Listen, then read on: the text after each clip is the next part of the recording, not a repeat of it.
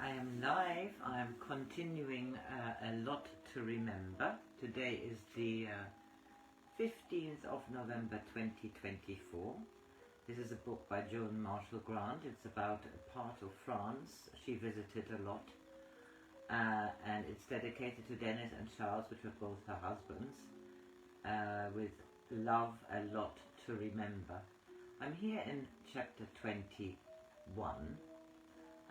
on snails and serpents. Most of my travel memories have to go through a fine meshed sieve before I really enjoy reliving them. The sieve removes the midges from trout streams, black pulls of flies from highland moors, fleas from the Iraqi desert, and mosquitoes from almost everywhere which is not too cold for comfort. But the lot needs no sieve, for such sources of discomfort are minimal. Cherry trees, peach trees, plum trees in their season are heavy with fruit, yet I never saw a wasp. 2 hornets appeared one day during luncheon at Au Bonjour's, but did no more than blunder about the room and to give a young visitor from Paris an excuse to stand on a chair and show off her pretty legs. The only mosquitoes I met would have been easy to eliminate, for they were breeding in an ornamental pool at the Chateau de Mercure, where we were strolling in the garden after an excellent dinner. We suffered only from 3 fleas. The first had strayed from one of Madame Rochette's hens, which took refuge under our bed after being startled by a visiting dog.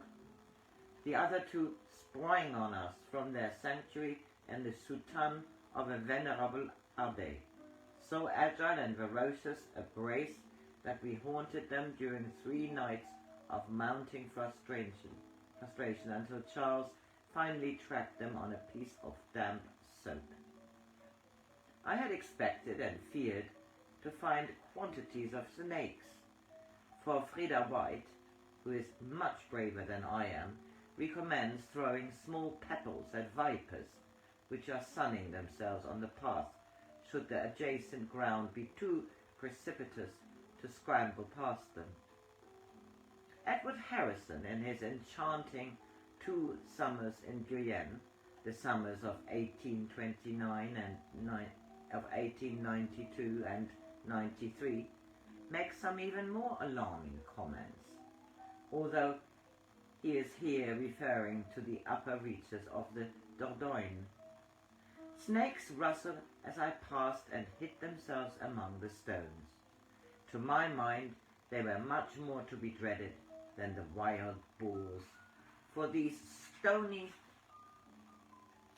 solitudes swarm with adders, of which the most venomous kind is the red viper, or aspic. Its bite has often proved mortal.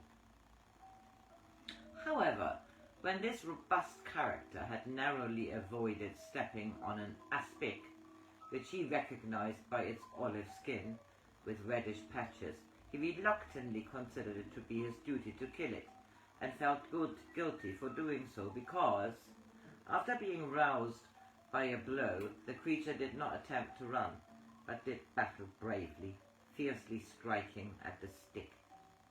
Charles told me we had run over several snakes, but being intent on the map or the view, I did not see any of them until he suddenly slammed on the brakes and jumped out of the car, exclaiming, "There is a remarkable long snake in the road."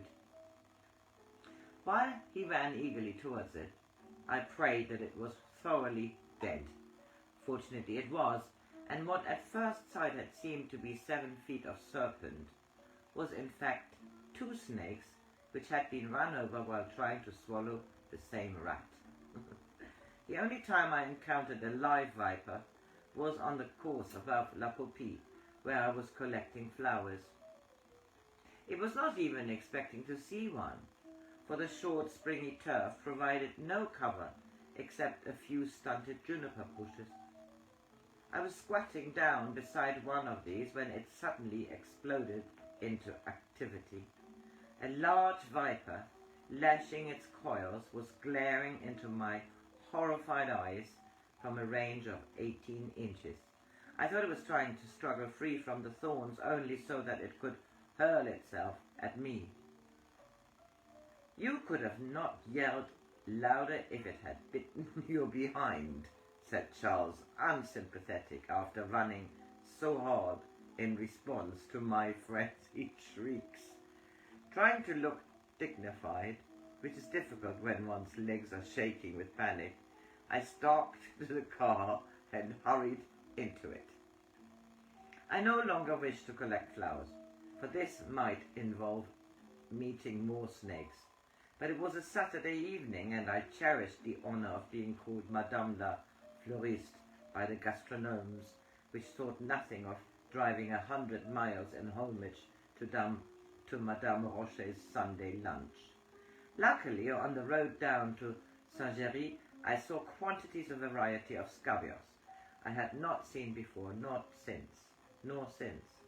On stalks like a black wire, a meter or more in length, their coronal of white petals surrounded a jet-black thimble, which, when in bud, resembled a conical cushion of vivid green pins.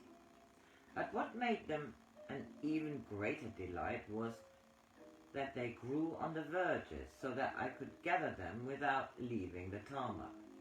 But to reach the bushes of honeysuckle glistening with scarlet berries, I should have to clamber down a bank, where rocky ledges offered ideal sunbathing places for somnolent serpents. Perhaps if I walked purposefully towards a perilously steep place. "If you want honeysuckle, why not ask me to get it for you?" said Charles. If you insist on trying to climb down there, you're almost certain to rip your back. So I got obediently back into the car, and both of us were happy. On our way home, we saw a small Citroën, driven by a middle-aged woman, draw up exactly opposite the snake place. Charles thought the car had broken down, and as the woman was alone, he stopped off to offer assistance. She assured him that the car marched perfectly, and that she had paused for a moment only to admire the view. As she had chosen about the only place on that road, the D8, where views are minimal, it would have been tactful to accept her excuse and leave her to carry out her real intention. But I felt this was not the moment for tact. "Madame," I exclaimed, "I beseech you, not there. In that bush lives a most formidable serpent." She gasped, blushed, slammed the door of the car, and drove away so fast that she nearly left the road at the next corner. "You meant well," said Charles, "but she seemed to have been startled." Oops.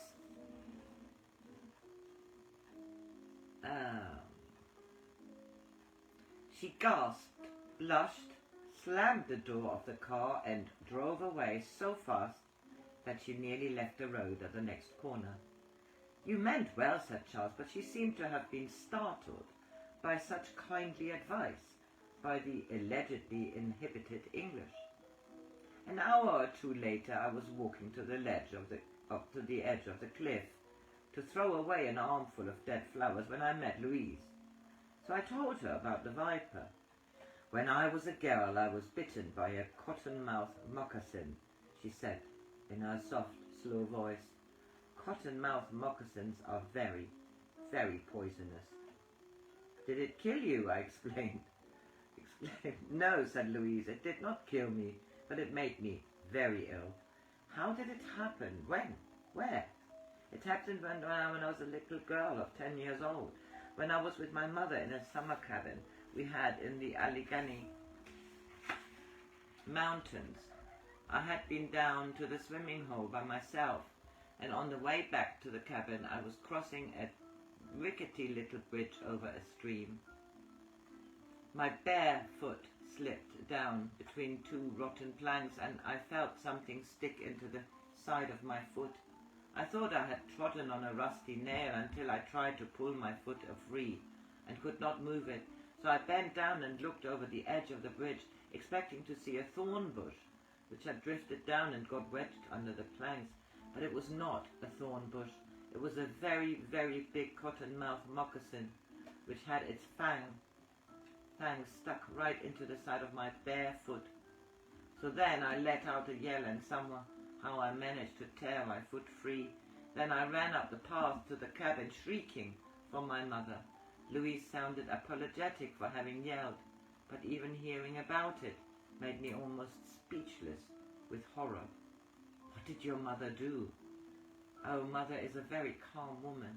She sucked out the poison from my foot. Then she washed out her mouth with Listerine. Then she telephoned for the doctor. The doctor gave me a serum injection, but I was very sorry for myself for several days.